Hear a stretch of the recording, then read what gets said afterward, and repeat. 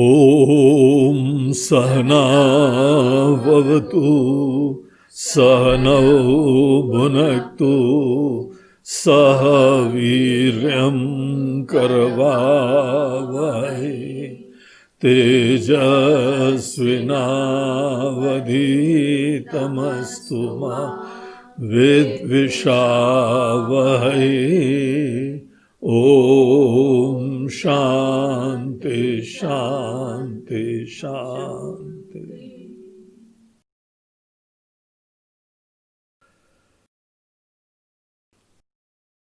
हरिओम। अभी तक तीसरी वल्ली में हम लोगों ने देखा कैसे यहाँ पर प्रारंभ से हमको हमारी दो सत्ताएं दिखाई गईं, एक काल्पनिक हम और एक यथार्थ का हम। और ये हमको श्रुति ने बताया कि वास्तविक जीवन का लक्ष्य आपके काल्पनिक अस्मिता से वास्तविक अस्मिता तक होता है। इसके अलावा जितने भी हमारे लक्ष्य होते हैं वो अपनी व्यवहारिक गाड़ी चलाने के लिए होते हैं। खाना पीना, घर बार, रिश्ते नाते आदि आदि सब इनका भी स्थान होता है, लेकिन ये इतने महत्वपूर्ण नहीं हो जाएं कि हम अपने वास्तविक लक्ष्य से अनभिज्ञ रहें या इसकी उपेक्षा करें। बुद्धिमान मनुष्य तो वो होता है जो अपने बाकी समस्त व्यवहारिक कार्यकलाप भी इस प्राथमिकता को ध्यान में रख के करा करता है। जब हम अपने अंतर जागृति को ही मूल लक्ष्य समझते हैं तो बाहर की व्यवहारिक कार्यकलापों का क्या योगदान होता है? बाहर के जो भी सांसारिक व्यवहारिक कार्यकलाप होते हैं वो बहुत इंपॉर्टेंट होते हैं। वो निमित्त बनते हैं हमारी मन और बुद्धि को शनै शनै सूक्ष्म करने के लिए, बुद्धिमान बनाने के लिए, संवेदनशील बनाने के लिए। हम एक सेंसिटिव इंसान, एक थॉटफुल इंसान, एक बुद्धिमत्ता वाले इंसान बने। और जब आप बहुत ही बुद्धिमान संवेदनशील होंगे, अपने आप हर चीज को समझ के जीना चाहेंगे। और जब हर चीज को समझ के जिएंगे तो अपनी वास्तविकता की भी जो है वह इंक्वायरी करनी पड़ेगी। जितनी ज्यादा हमारी मन और बुद्धि सुंदर होती है उतनी शीघ्र किसी भी क्षेत्र में हम गहराई प्राप्त करते हैं। और जिस व्यक्ति की मन और बुद्धि सुंदर बनती है वो अपने अंदर की दुनिया का भी विचार करता है। हमारा लक्ष्य क्या है, हमारे वैल्यूज क्या हैं, हमारी प्रेरणा क्या है, हमारी पहचान क्या है, हमारा लक्ष्य क्या है, ये सब हमसे संबद्ध, हमारे निश्चयों से संबद्ध ऐसी सब चीजों के ऊपर विचार करेंगे। ना समझ व्यक्ति, बुद्धिमत्ता से रहित व्यक्ति जो देख भी नहीं सकता है, बुद्धिमान उसको देखता है, उस पर विचार करता है और इस तरीके से सूक्ष्म चीजों के बारे में उसके अंदर गहराई होती जाती है। उसका आनंद भी और सूक्ष्म चीजों से आता है, उसका जीवन भी सूक्ष्म चीजों से प्रेरित होता है। और यही हम लोगों को यहां पे बताया कि दृश्यते त्वग्रया बुद्ध्या सूक्ष्मया सूक्ष्मदर्शी भी। जो सूक्ष्मदर्शी होता है वो अपने ही इस यथार्थ की आत्मा, वास्तविक आत्मा, उसको देख लेता है। तो यहां पर जो है अगले मंत्र में हम लोगों को ये बता रहे हैं कि कैसी सूक्ष्मता मतलब क्या है। यहां पे शंकराचार्य जी अपनी भाष्य के अंदर हम लोग को एक प्रश्न उठाते हैं, अगले मंत्र की कनेक्शन दिखाते हुए, संगति दिखाते हुए। क्या बोलते हैं? तत् कथमति सूक्ष्मत्वम ज्ञेयस्य, ये जो जानने योग्य ज्ञेय तत्व है, इसका कथम अति सूक्ष्मत्वम, इसकी अत्यंत सूक्ष्मता कैसे है? क्या आशय है आपका? और थोड़ी तो कुछ युक्ति दीजिए ना महाराज, कैसे सूक्ष्म है।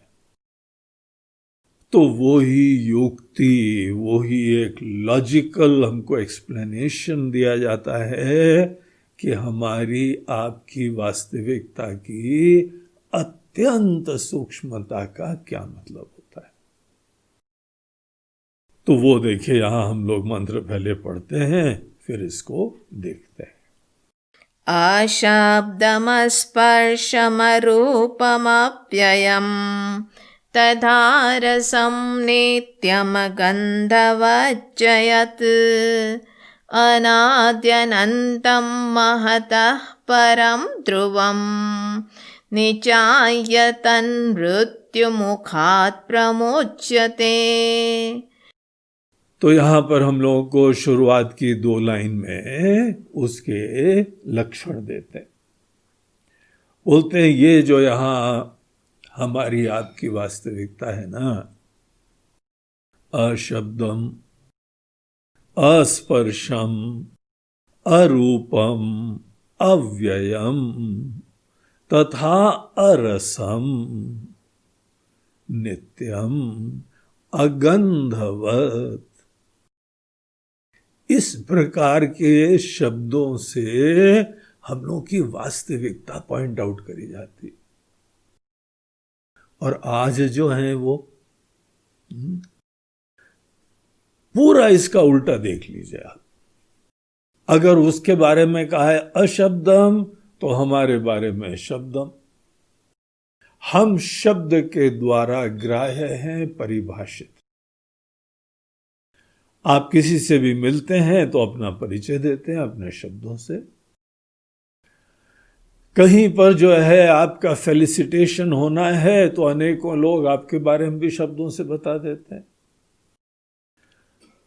बहुत अच्छे इंसान है, बड़ा अच्छा काम करा है, इस फील्ड में एक्सीलेंस उत्पन्न करा है, और कहाँ से चालू करा था और कहाँ आ गए हैं, और ये गोरे हैं, काले हैं, मगर दिल वाले हैं। सब शब्दों से बता सकते हैं ना आपके बारे में। पढ़े लिखे हैं और बड़े अच्छे इंस्टीट्यूट से अच्छी तरीके से पढ़े हैं, और 5 साल के कोर्स को उन्होंने 5 साल में पूरा कर लिया है। इस सब जो है जानने योग्य है, बड़े इंपॉर्टेंट है, क्योंकि अनेकों लोग हैं 5 साल का कोर्स 10 साल में करते हैं। उनकी भी तारीफ है, करके छोड़ा उन्होंने एक बार उनको एडमिशन दिला दिया गया, उन्होंने कंप्लीट करा। अपने लिमिटेशन थे, अपने प्रॉब्लम थे, अपनी समस्याएं थी, अपने अन्य प्रकार की रुचियां थी, इंटरेस्ट थी। वहां पर भी जाके हमको पढ़ाई से ज्यादा वहां की पॉलिटिक्स में ज्यादा मजा आया। तो स्टूडेंट लीडर बन गया। स्टूडेंट लीडर 1 साल में चला जाए तो मजा थोड़ी आता है। स्टूडेंट लीडर को थोड़े साल तक कंटिन्यू होने का मजा आता है। इसीलिए कई बार जानबूझ के फेल हुए।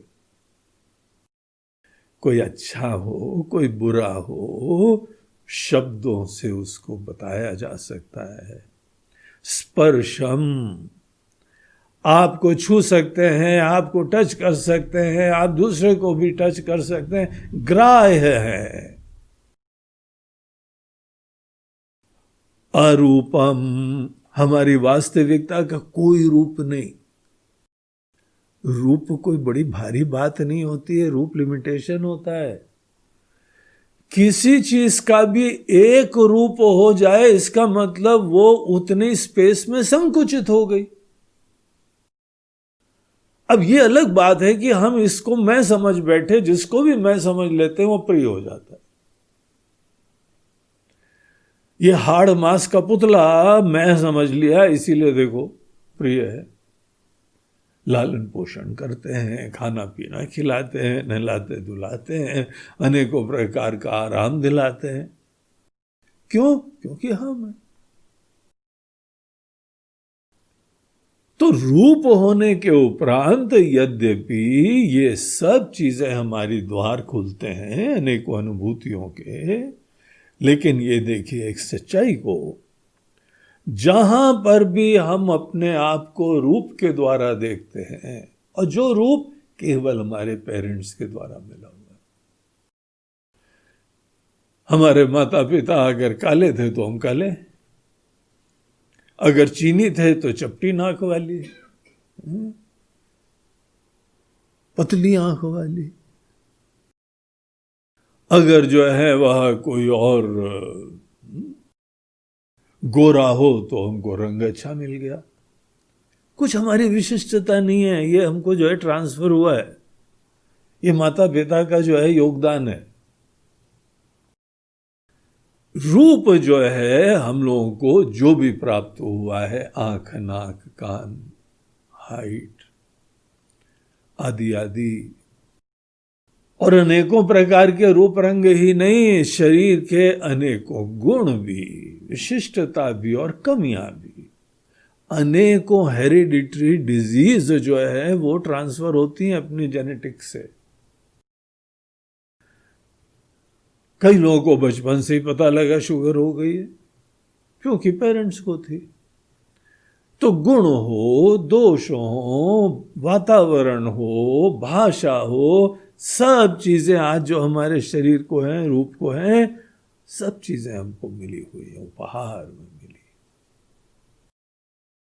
और जब अपने आप को रूप समझते हैं तो देख लीजिए क्या कीमत चुकानी पड़ती है।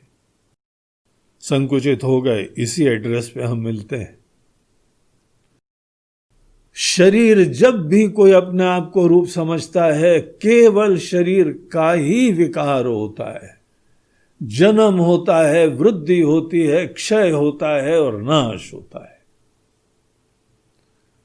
वस्तुतः आत्मा का नहीं होता है, हमारी वास्तविक आत्मा का कुछ भी नहीं होता है। रूप के यह गुण है, रूप के लिमिटेशन है। जन्म मरण की बात केवल शरीर के दृष्टिकोण से, यंग होना, बुढ़ा जाना, विकारी होना, बीमार हो जाना और पुराने समय याद करना। अरे क्या समझते हो हमको? पहले सीधे पहाड़ पे दौड़ के चढ़ जाते थे। बोलते हैं बाबूजी पुराना समय छोड़िए, आज का क्या हाल है? उसने बेटा आज तो तुम हो ना हमारी लाठी, तुमको पकड़ के चढ़ जाएंगे, अब हम अकेले नहीं चढ़ सकते। शरीर ही जर्जर होता है, शरीर ही रोगी होता है, शरीर ही असमर्थ होता है।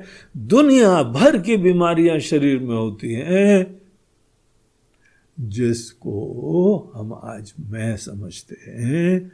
और जो जानकार लोग बता रहे हैं, थोड़ा विचार करके देखो कितना ऑब्वियस है, हम ये नहीं है। तो यहां पर जो आज हम अपने आप को समझ रहे हैं वो रूपवान, और यथार्थ अरूपम, अव्ययम, जिसका कोई व्यय नहीं होता है, जिसमें कोई चेंज नहीं होता, उसको बोलते हैं अव्यय। कोई चीज भी यथावत बनी रहे विदाउट एनी चेंज, उसके लिए वर्ड होता है अव्यय। हमारा शरीर देखो सतत व्यय हो रहा है, और ये दुष्ट शीशा सदैव सच बोलता है। पहले हमारी जो है वह क्या जुल्फें होती थी, क्या जुल्फों को निहारा करते थे, संवारा करते थे, लहराया करते थे, हवा के झोंकों में जो है झटके मारते थे। ये सब होता था। बोलते हैं बाबूजी वो तो ठीक है, अभी क्या हाल है? अभी जो है वह सब गए, व्यय हो गया, खत्म हो गया। व्यय केवल हमारा बैंक बैलेंस नहीं होता है, व्यय हमारे सामर्थ्य होते हैं। चढ़े पहाड़ पे, अब शक्ति क्षय होगी, व्यय होगी। अरे तुम लोगों के लालन पोषण में व्यय हो गई, घर चलाने में व्यय हो गई, किसी तरह व्यय होगी, लेकिन हो गई। देखिए सब चीजें चेंजिंग है ना, क्षीण होती जाती हैं। ये जो चीजें क्षीण हो जाती हैं, कम हो जाती हैं, सब चीजों को बोलते हैं व्ययवान। और जिस चीज के अंदर कोई व्यय नहीं होता है वो बोलते हैं अव्यय। जो भी हमारी आपकी आत्मा है उसको यहां वेद बता रहे, भगवान की वाणी बता रही है, उपनिषद बता रहे हैं। आप जाने या न जाने, आज सच्चाई ये है। और तुमने पूछा है नचिकेता, तो हम बता रहे, नहीं तो हम जबरदस्ती बोलते भी नहीं है। हमने तुमको बहुत टालने की कोशिश करी, टरो नहीं बताना पड़े, बहुत ही सूक्ष्म है, तुमको पहले बता दिया था, बहुत सूक्ष्म है। तो तुम पूछ रहे हो तो हम यथार्थ बता रहे हैं, जो हमको अनुभव है, जो यहां सत्य है, अव्यय। तथा अरसम, इसका कोई दृष्ट रूप ही नहीं है, इसीलिए इसका कोई टेस्ट नहीं है। हर दृष्ट चीजों का कोई ना कोई टेस्ट भी होता है। यहां पर जो ये दृष्टात्मा है उसका टेस्ट होता है, आपका टेस्ट ही नहीं है कोई। You are tasteless. क्यों टेस्टलेस? क्योंकि रूप ही नहीं है, क्योंकि किसी प्रकार का गुण ही नहीं है। तथा अगंधवत च, इसमें कोई स्मेल नहीं है।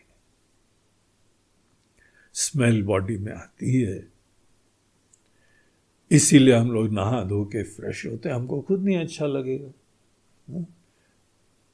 ब्रश करके आते हैं और पेट वेट साफ करके आते हैं, नहीं तो इमीडिएटली पता लग जाता है।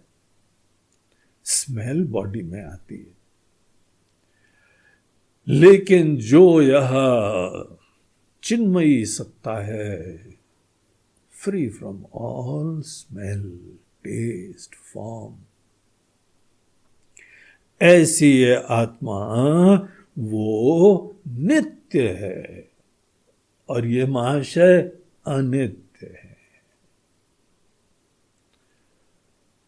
जो अनित्य है उसी की कहानी अनेकों बार सुनने को आएगी। भाई वो सुना, उनका क्या गए,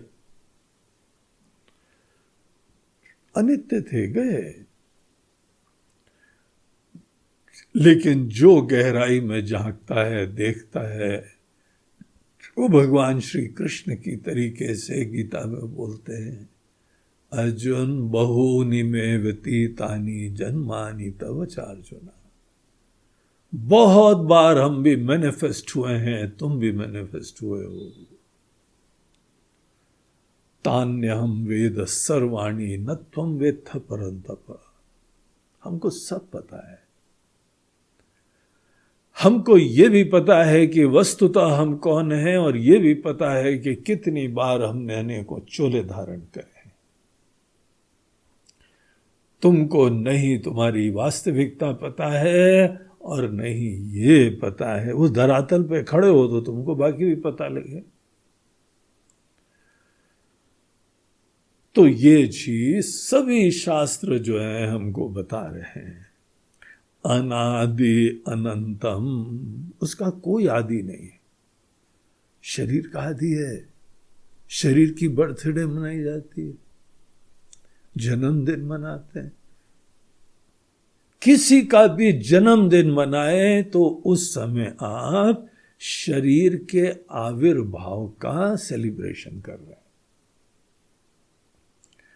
शरीर के जन्म को सेलिब्रेट करना भी चाहिए, बहुत प्रेशियस चीज है, बहुत ही सुंदर है, ईश्वर का उपहार है। उसके बाद ही अनुभूतियां पॉसिबल होती हैं, उसके बाद ही ये ज्ञान भी पॉसिबल होता है। केवल मनुष्य के जीवन में यह सब ज्ञान पॉसिबल होता है। तो इसका शरीर का आदि उस दिन प्रार्थना करिए, उस दिन स्मरण करिए। आज के दिन काल के चक्र में यही महीना, यही जो है तारीख, यही तिथि थी वर्षों पहले। यही साम्यता है, आज का साल वो नहीं है। आज हमारी बर्थडे के दिन का वास्तविकता से कोई कनेक्शन नहीं है, बस एक साम्यता है। इंसिडेंटली वही तारीख, वही महीना, वही जो है तिथि विराजमान है। आज की तिथि और उस तिथि से इसका कोई कनेक्शन नहीं है। जो भी इस तिथि को होगा सभी हमारे जैसे होंगे, ऐसा भी नहीं है। इसी तिथि को जो जो मैनिफेस्ट हुए हैं सब अपने कर्म अनुसार, परिस्थिति अनुसार डिफरेंट उनका व्यक्तित्व है। एक ही समय में भी जो बॉर्न होते हैं, ट्विंस भी होते हैं, वो भी अलग निकलेंगे। ये भी मत समझना अरे ये तो ट्विंस हैं, इनकी डेट ऑफ बर्थ और इनका time of birth, place of birth सब सेम है। क्या कभी आपने देखा है कि दो ट्विंस हैं, उनका विचार, उनकी आइडेंटिटी, उनकी अस्मिता, उनकी प्रेरणाएं, उनका शक्ल सूरत सब एक होती है? शक्ल सूरत एक होने का भी कोई बहुत ही रेयर चांसेस होता है, कभी थोड़ी बहुत साम्यता हो जाएगी। अगर एक ही पेरेंट्स आए हैं, काफ़ी चीज़ें मिलती जुलती होंगी, लेकिन पूरी आइडेंटिटी नहीं होगी। ऊपर से थोड़ी बहुत शक्ल आइडेंटिटी होगी भी, तो थोड़ी देर रुक जाओ, मुंह खोलने दो। जहां मुंह खोला तो सब पता लग जाए, अच्छा तू रामू, आकाश श्यामू रामू श्यामू जो है मुंह खोलने तक बिल्कुल एक दिखते हैं, अन्यथा असलियत उनके सामने आ जाती। आज की डेट में हम पैदा हुए यह केवल इंसिडेंटल है। ये हमारे प्रिय लोग, हमारे स्वजन लोग हमारे आने को सेलिब्रेट कर रहे हैं, हम भी पूजा कर रहे हैं। हर जन्मदिन एक सूर्य की परिक्रमा दिखाता है। सूर्य देवता का एक परिक्रमा हो जाती है तो एक साल हो जाता है। जहां पे हमारी पृथ्वी सूर्य के चारों तरफ एक पूरा परिक्रमा लगा के आई तो बोलते हैं एक वर्ष हो गया। हम सब लोगों को गिने चुने वर्ष मिले हुए हैं। गिनी चुनी परिक्रमा सूर्य देवता की पूरी कर सकते हैं। उसके बाद अंत, ये यथार्थ है। हमको प्रिय हो न प्रिय हो, हमको और भी प्रार्थना है और एक्सटेंशन की इच्छा है और कंटिन्यूटी चाहिए। यह बड़ा उच्चाटन हो गया, भगवान अब तो उठा लो, अब तो हमसे रहा नहीं जाता है, मगर बीमारी ऐसी ऐसी आ गई हैं कि अब तो जीना दुश्वार हो गया है। कुछ नहीं, जितना समय मिला है ना उतना ही समय मिलेगा। आदि होता है शरीर का, अंत भी होता है। एक तरफ से आदि अंत भी एक धरातल पे यथार्थ है, और कोई भी यहां से चला जाता है उसके दृष्टिकोण से तो उसको पता ही नहीं चलता है। जो मर जाता है ना वो तो जैसे गहरी निद्रा में सो गया, और ऐसे सोया। मृत्यु एक ऐसी सुषुप्ति है जहां से वापस नहीं आया जाता है। छोड़ देते हैं इस शरीर को। हमारे व्यवहार के लिए, हमारे स्वजनों के लिए, हमारे नाम प्रतिष्ठा भोग विलास के लिए, उसके बाद सब चीज कट ऑफ, एंड। अब हम यहां उपलब्ध नहीं होंगे। और हम लोग के वहां पे तो उसका क्रियाक्रम कर देते हैं, पंच महाभूतों में विलीन कर देते हैं। और जो शुरुआत में जो है वो लंबा चौड़ा था, उसके बाद वो मटकी में आ गया। मटकी में आ गया, उसके बाद मटकी को ले जाके कहीं पे तीर्थ में विसर्जन कर दिया। Back to the elements. ये हमारे शरीर की गति है, हर शरीर की गति है। व्यवहार में वो व्यक्ति अब मिस करेंगे हम। उसका प्रेम, उसकी वार्मथ, उसका मार्गदर्शन, उसका साथ, उसकी जॉवियल नेचर, सबको आशा बढ़ाने का, प्रेरणा देने का, सब चीजें खत्म हो जाएगी। व्यवहार के लोग मिस करेंगे।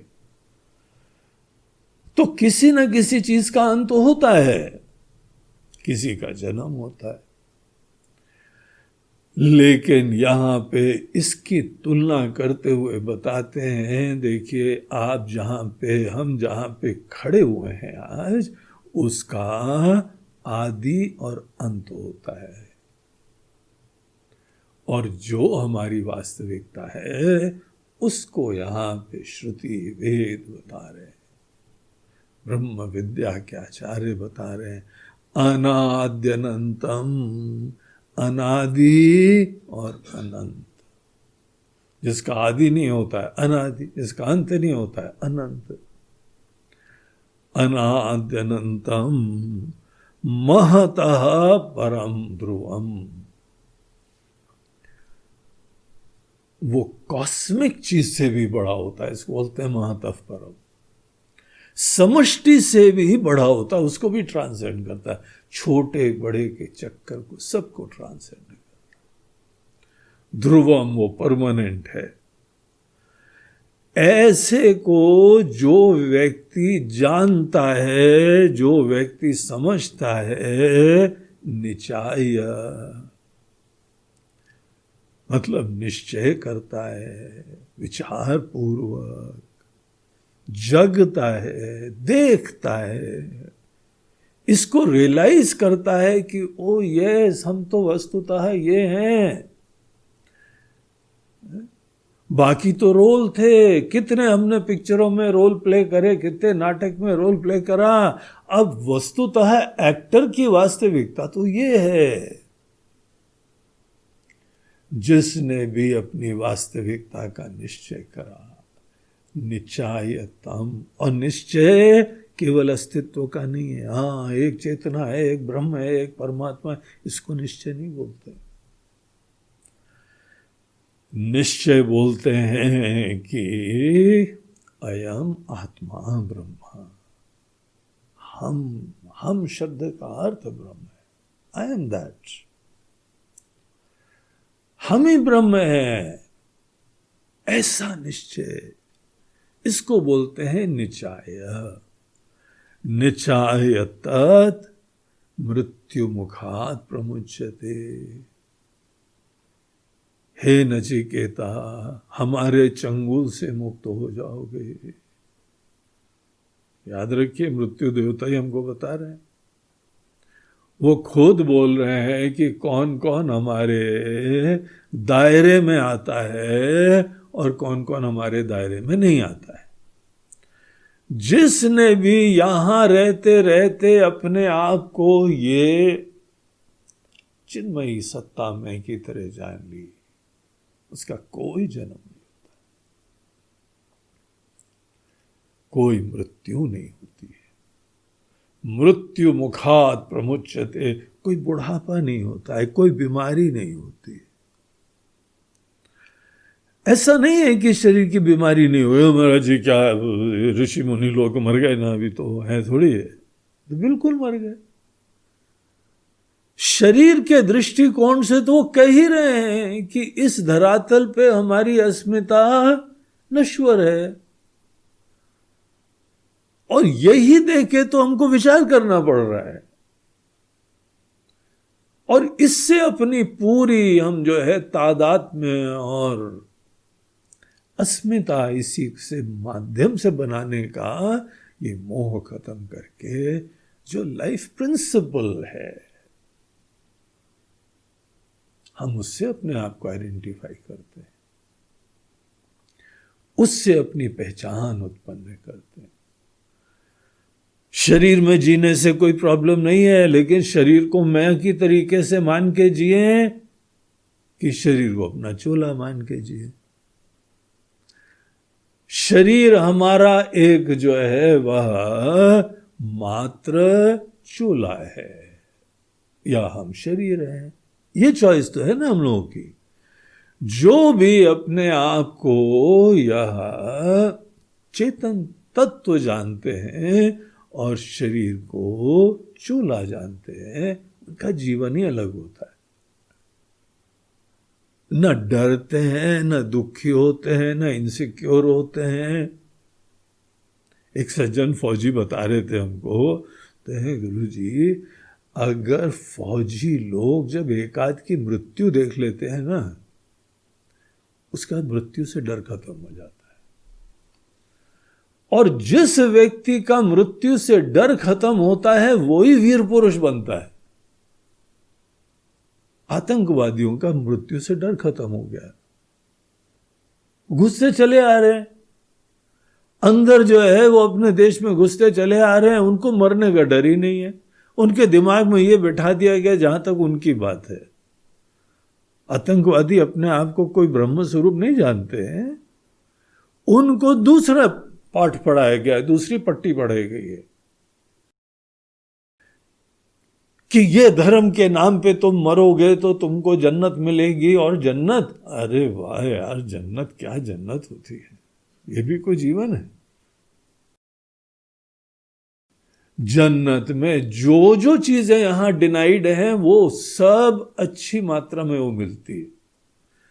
वो सब ये भी नहीं सोचते जब यही भोगना है तो यहां छोड़ें क्यों, वो भी नहीं सोचते।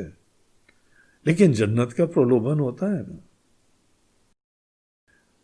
उनके लिए मृत्यु जीवन का अंत नहीं है, उनके लिए मृत्यु एक दिव्य अवस्था में जाने का, लोक में जाने का द्वार है। तो भी अनेकों धर्म वाले बोलते हैं कि मृत्यु के बाद कुछ होता नहीं है। जन्नत की बातें करने वाले बोलते हैं मृत्यु के बाद कुछ क्या होता है, कुछ नहीं होता है। और तुम कहानी क्या बता रहे हो, पट्टी क्या पढ़ा रहे हो? मरणोपरांत जीवन,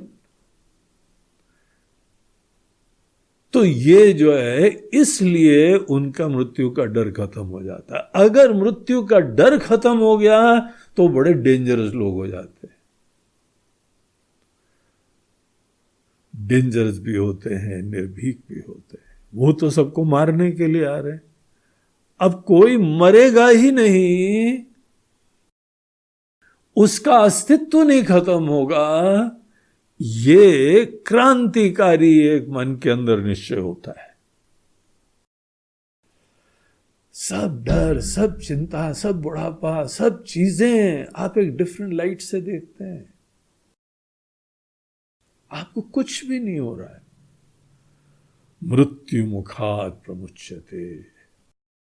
अब यहां पे देखिए इसी मंत्र में एक पॉइंट को जो यहां हाईलाइट करा गया है, इस भूमिका से कनेक्ट करके देखें कि कथम अति सूक्ष्मत्वम, आत्मा की अति सूक्ष्मता किस प्रकार से आप युक्ति पूर्वक सिद्ध कर रहे हैं। बोलते देखिए दुनिया के 5 विषय होते हैं, शब्द, स्पर्श, रूप, रस, गंध, ये 5 विषय होते हैं। और ये 5 विषय होते हैं 5 महाभूतों के द्वारा क्रिएटेड। आकाश, वायु, अग्नि, जल और पृथ्वी, ये 5 बेसिक एलिमेंट कहे जाते हैं। शुरुआत में वर्ड यही है, लेकिन इनिशियली ये कोई ऐसे दृष्ट रूप में नहीं थे, ये सूक्ष्म रूप में, उनके पोटेंशियल के रूप में ये पांचों थे। वेदांत में उनको तन्मात्रा कहा जाता है। इनका एक ग्रॉसिफिकेशन, एक स्थूलीकरण की प्रक्रिया होती है जिसको पंचीकरण कहते हैं। उसके बाद ये दिखने लगते हैं। ये पृथ्वी, जल, अग्नि आदि ये जो इस समय रूप में है, ये पंच महाभूतों का पंचीकृत रूप है। पंचीकरण एक बड़ी कॉम्प्लेक्स सी प्रक्रिया होती है पांच महाभूतों की, जिसके उपरांत कोई सूक्ष्म चीज स्थूल हो जाती है। इनिशियली जब ये सब बने थे तो सब तन्मात्रा थे, या उनको सूक्ष्म महाभूत भी कहा जाता है। सूक्ष्म चीजें कोई दिखती नहीं है, जैसे हमको यहाँ पे आज रेडियो वेव्स है, मोबाइल वेव्स है, टीवी की वेव्स हैं, ये दिखती नहीं है। इनका स्थूलीकरण होता है किसी इक्विपमेंट के द्वारा, तब ये मैनिफेस्ट फॉर्म हो जाता है।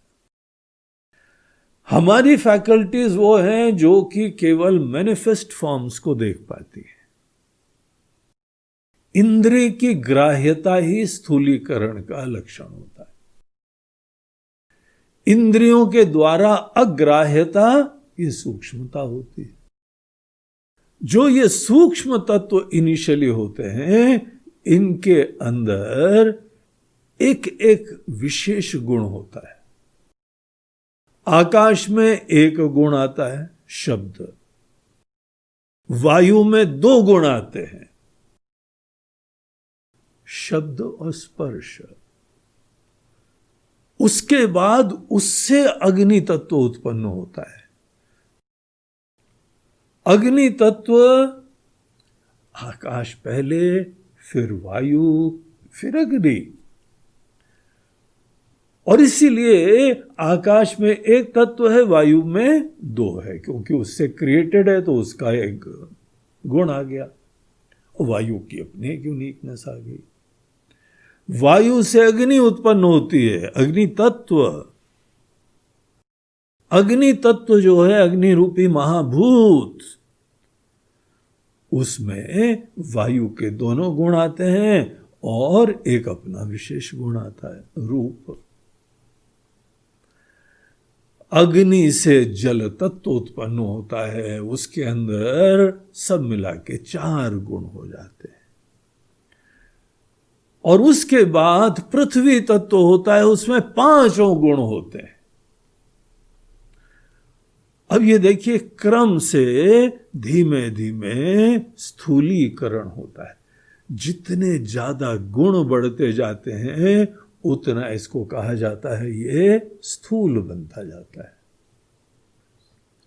और जब इन्हीं चीजों का पंचीकरण हो जाता है तो पृथ्वी सब हमारी 5 इंद्रियों से ग्राह्य होती है।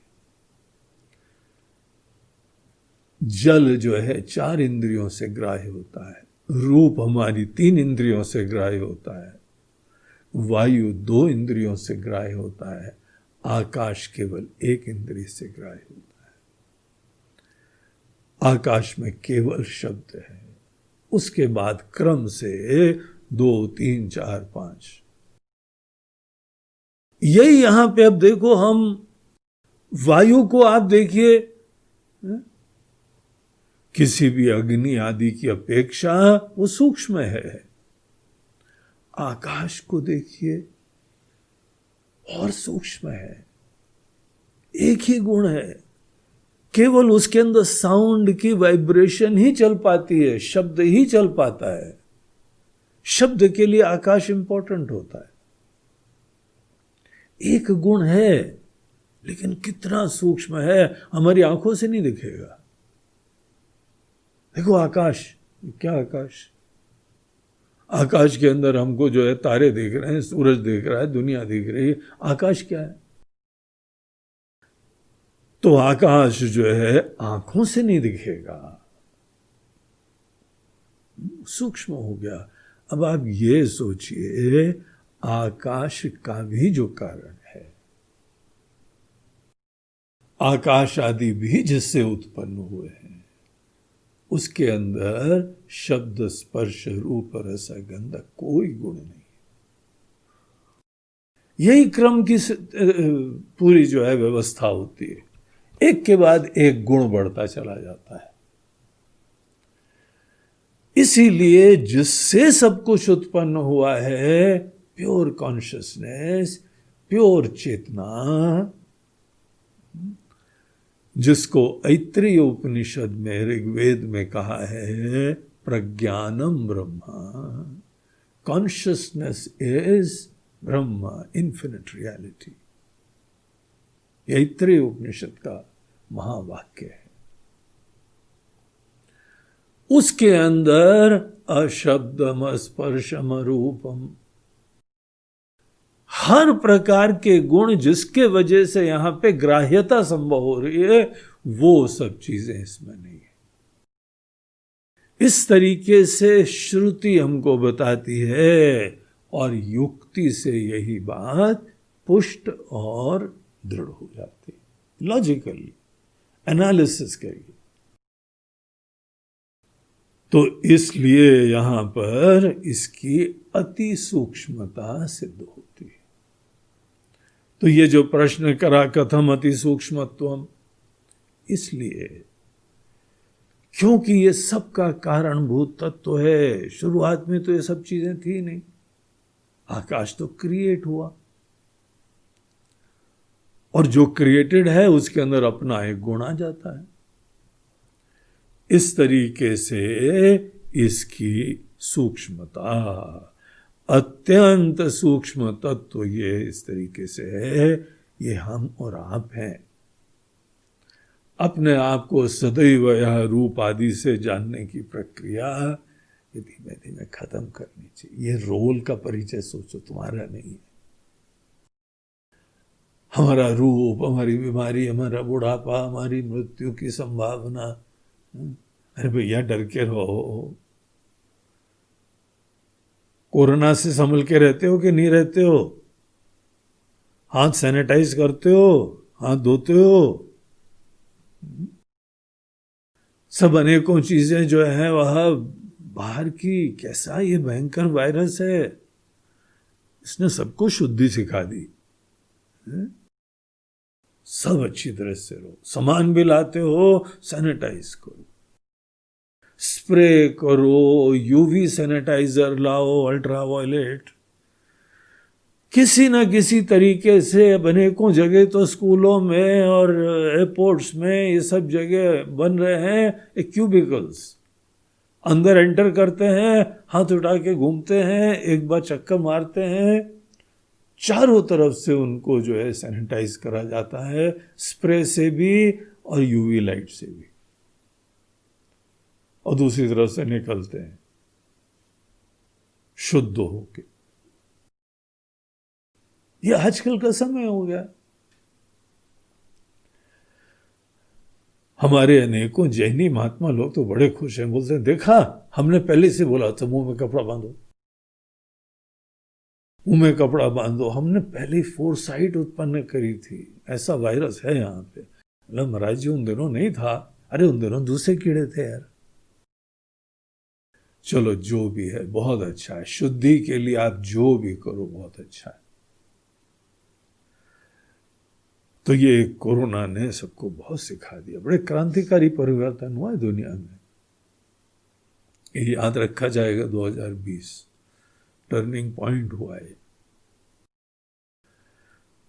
तो ये यहाँ पर हमारे इस धरातल को, स्थूल धरातल को और शुद्ध आदि तो करना चाहिए, लेकिन ये भी मत भूलो कि वास्तविकता हमारी ये नहीं है, ये सब चोला है।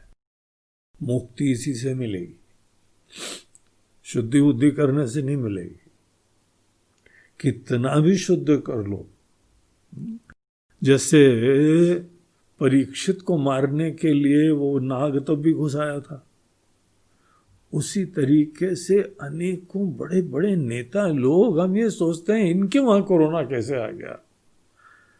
चारों तरफ बहरा और चारों तरफ शुद्धि, चारों तरफ सैनिटाइजेशन सब चल रहा है। वो भी अनेकों प्रकार के मास्क लगा रहे हैं, मास्क भी लगा रहे हैं, शील्ड भी लगा रहे हैं, ग्लव्स भी पहन रहे हैं,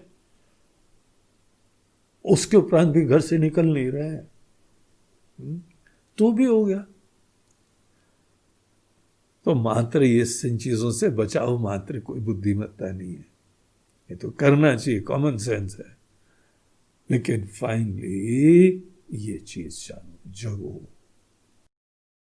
ये मंत्र दिखा के देखिए आगे के दो जो है मंत्र हम लोग पढ़ते हैं। नाचिकेतमुपाख्यानं मृत्युप्रोक्तं सनातनम् उक्त्वा श्रुत्वा च मेधावी ब्रह्मलोके महीयते। य इमं परमं गुह्यं श्रावयेद् ब्रह्म संसदि प्रयतः श्राद्धकाले वा तदानन्त्याय कल्पते, तदानन्त्याय कल्पत इति। तो ये पूरे जो है वल्ली का और इसके साथ ही प्रथम अध्याय का समापन करते हुए, उपसंहार करते हुए बोलते हैं कि नाचिकेतम उपाख्यानम, ये जो मृत्यु प्रोक्तम सनातनम, यहां पे हमारे ब्रह्म विद्या के आचार्य यमराज जी मृत्यु के देवता हैं, जो जन्म मरण का रहस्य बहुत अच्छी तरह जानते, जो सतत जो है सबको यहां से उठा ले जाने का ही यह एक विशेष काम करते। उनसे अच्छी तरह कौन जन्म मरण का रहस्य जानेगा? उनके मुख से हमको ये शिक्षा मिल रही। मृत्यु प्रोक्तम नाचिकेतम उपाख्यानम, ये नचिकेता को ज्ञान देने का जो पूरा प्रसंग है। नचिकेता के तीनों प्रश्न, पिताजी का, परिवार का कल्याण हो, पूरी दुनिया को स्वर्गीय सुख आराम प्राप्त हो, और अंततः हर व्यक्ति को अपने अंतर जग के अपने आत्मा का ज्ञान प्राप्त हो। ये तीन प्रश्न से ये जो पूरे सब चीजें कवर करी गई थी, इसकी महिमा दिखाते हैं, उपाख्यान की महिमा। कोई भी जो है वह इस चीज को लाइटली न समझे तो उसको रियलाइज कराया जाता है। ये छोटी चीज नहीं थी, बहुत विशेष चीज थी। कितनी विशेष थी जी महाराज? तो बोलते हैं अगर आप इसको उक्त्वा, इस उपदेश की, इस प्रसंग की चर्चा आप किसी से भी करते हैं, उक्त्वा श्रुत्वा, और जो व्यक्ति सुनता है, ऐसी बातें, ऐसे फैक्ट सुनता है, मेधावी, ऐसा बुद्धिमान व्यक्ति जो इसको ग्रहण कर सकता है, समझ सकता है। उक्त्वा श्रुत्वा च मेधावी, जो सुनेगा, जो बोलेगा, बहुत ही विचार पूर्वक, ध्यान पूर्वक, महत्वपूर्वक, ऐसे व्यक्ति जो सुनने और बोलने वाले भी हैं, ब्रह्मलोक में उनकी महिमा गाई जाती। ब्रह्मलोके महीयते, ब्रह्मलोक में उनकी ग्लोरी होती है। बोलते हैं ये है बुद्धिमान, ये है पुण्यात्मा। कम से कम जीवन में वास्तविक कल्याण का पथ तो मिला इनको, परिचय तो हुआ इनको। आप कोई पिक्चर देख के आते हैं, बड़ी अच्छी लगती, 10 लोगों को बताते हैं, और क्या होता है? एक क्षण का मनोरंजन, रोमांच। बताना है तो अब ये बताना चालू करो, जो भी आपके जीवन में कर्मवशात आता है, जुड़ता है, डायरेक्टली इनडायरेक्टली, उसके हिसाब से यही चर्चा करो। और इस चर्चा में सब रस है, हर अधिकारी के लिए मसाला है। आपको पता है ये जो उपाख्यान है, ये अनेकों क्लासिकल डांसेस, म्यूजिक आदि के लिए फर्स्ट चॉइस है। केरल आदि में जाइए, वहां कथकली, भारतनाट्यम तमिलनाडु में, उड़ीसा में ओडिसी डांस, सब हर क्षेत्र के अपने जो क्लासिकल डांसेस हैं उसमें इसी चीज को उक्त्वा श्रुत्वा, इस बात को फॉलो करा जाता है। गांव गांव में इन चीजों की अवेयरनेस क्रिएट करी जाती है। हाँ, वहां पे कथा मात्र बताते हैं। जैसे रामायण की पूरी जो है हम लोगों के टीवी सीरियल हुए, उसके अंदर जो है बहुत सूक्ष्म चीजें बाईपास कर देते हैं। बस भगवान ने कुछ बताया। महाभारत के सीरियल में भी जब गीता आई तो गीता को जो है वो पूरा मात्र उन्होंने एक सीरियल में पूरा समापन कर दिया, क्योंकि वो सीरियल में जो डिटेल्स हैं वो आदमी की श्रद्धा का विषय बनेगा, धीमे धीमे पढ़ेगा, सुनेगा। तो ये यहाँ पे कठोपनिषद का जो प्रसंग है, उसको जो भी बोलता है, सुनता है, उसको बहुत जो महान लोग हैं उसकी ग्लोरी गाते हैं, खुश हो जाते हैं। ब्रह्म लोक में देवता लोग भी ऐसे लोगों की वंदना करते हैं। महीयते अर्थात इसको, इसकी महिमा का गुणगान गाते हैं। वाह, क्या बात है।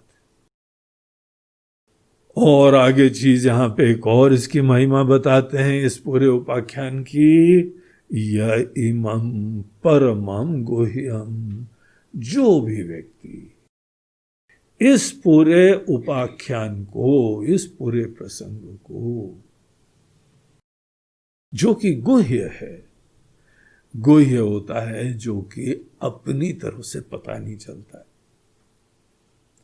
आत्मा तो बड़ी कॉमन है, हर जगह कण कण में है, उसके अलावा है ही नहीं कुछ।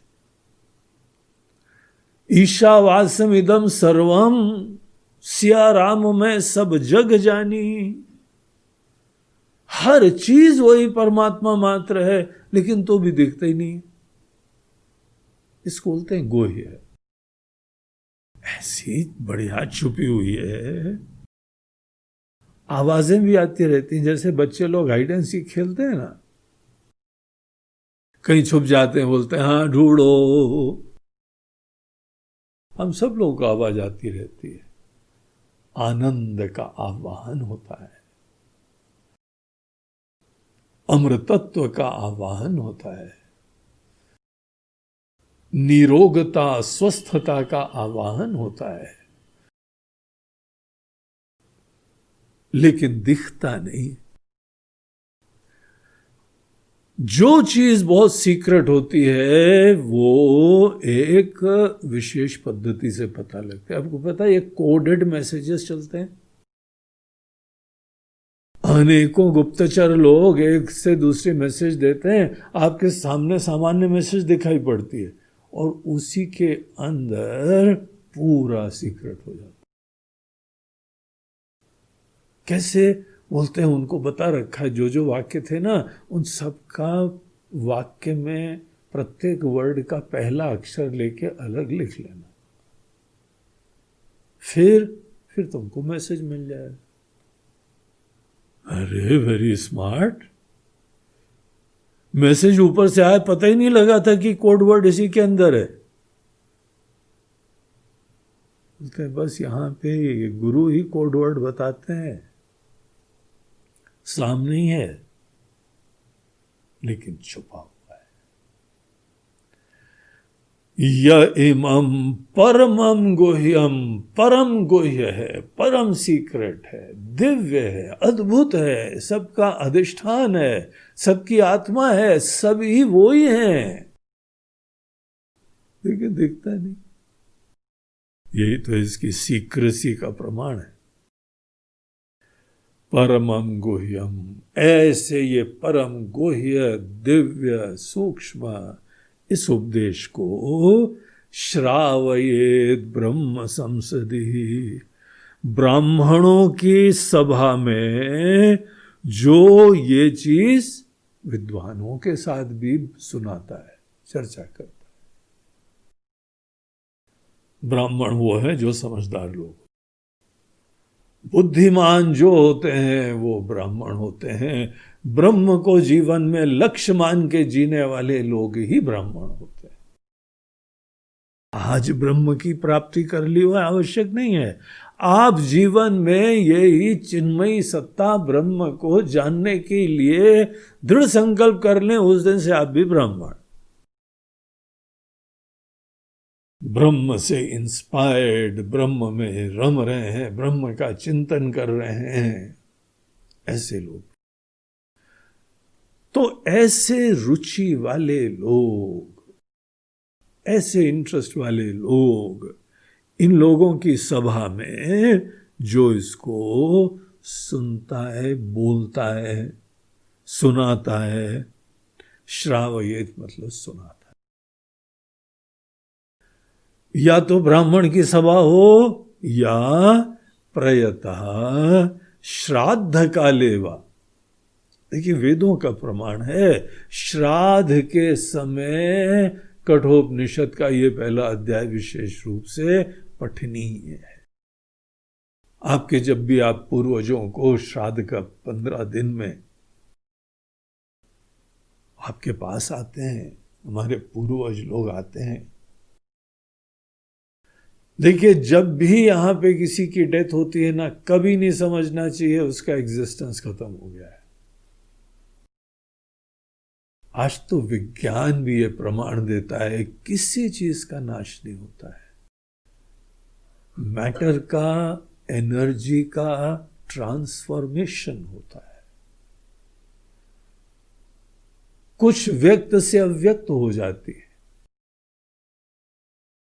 अब बिजली देखो, बिजली जो है वो हमारे पास तार से आती है, फिर इस रूप से शब्द रूप में बदल जाती है, कहीं अग्नि रूप से बदल जाती है, कहीं ठंडक रूप से बदल जाती है। केवल उसके फॉर्म का ट्रांसफॉर्मेशन होता रहता है, कुछ भी नहीं खत्म होता है दुनिया में। कोई शरीर के साथ हमारे बीच में नहीं है तो खत्म नहीं होगा, आपके साथ रहेगा। इनफैक्ट वो दिव्य लोक में चला जाता है और जो भी सूक्ष्म रूप धारण कर लेता है वो ज्यादा व्यापक भी हो जाता है, ज्यादा पावरफुल भी हो जाता है। और वो अगर कोई संकल्प करता है ना तो यहां सिद्धि भी शीघ्र होती है। श्राद्ध काल आप लोगों के, हमारे पूर्वजों के स्मरण का, उनको श्रद्धांजलि का समय होता है। जिस कल्चर में ये सब अवेयरनेस है वहां पे अपने पूर्वजों को याद करा जाता है।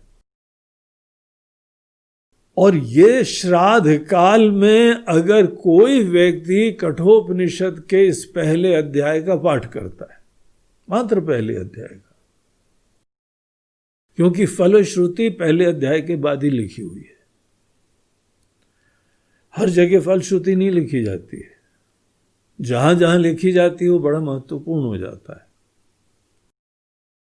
प्रयतः अच्छी तरीके से श्रद्धा और प्रयास, मेहनत पूर्वक, पूरी अच्छी व्यवस्था बना बनू के, काम चलाओ ढंग से नहीं, बहुत यादपूर्वक महत्व देके। प्रयतः श्राद्ध काले वा, अगर वो या तो ब्राह्मण की सभा में या श्राद्ध काल में जो लोग भी आते हैं, उस समय रिसेप्टिव होते हैं सब लोग।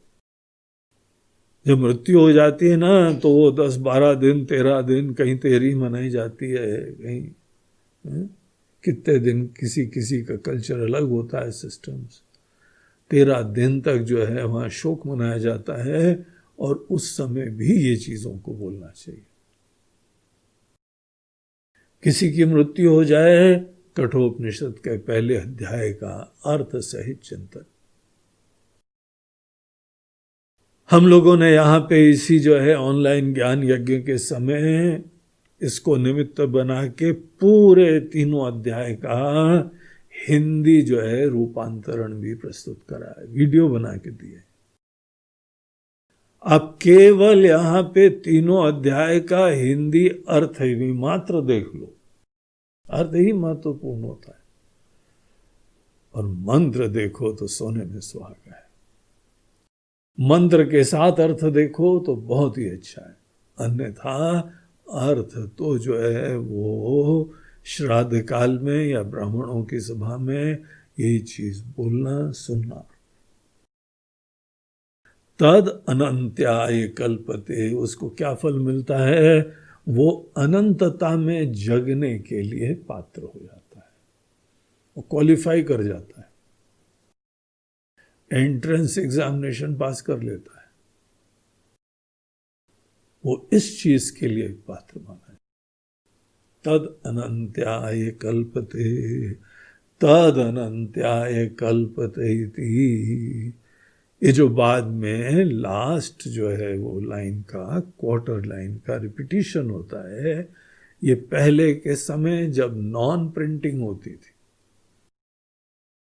2 बार जहां बोला तो ये फुल स्टॉप माना जाता था, अब ये समाप्त हो। तो ये 2 बार बोल के इस तरीके से ये यहां पर प्रसंग का समापन हो। बहुत ही सुंदर, महत्वपूर्ण, प्रैक्टिकल टिप्स से भरपूर ये वल्ली थी। ये सब चीजें आप इन्हीं प्रवचनों को सुनते सुनते भी पूरा रिपीट करिए, अध्ययन करिए, नोट्स बनाओ, पॉइंट्स नोट करो, आपस में डिस्कस करो, चिंतन करो, रमो इन चीजों। आपके इस अधिक मास में इससे बढ़िया और कोई पुण्य का काम नहीं। इसके साथ ये वल्ली समाप्त। नमः पार्वती पतये हर हर महादेव। नर्मदे हर, बोलो गंगा मैया की जय।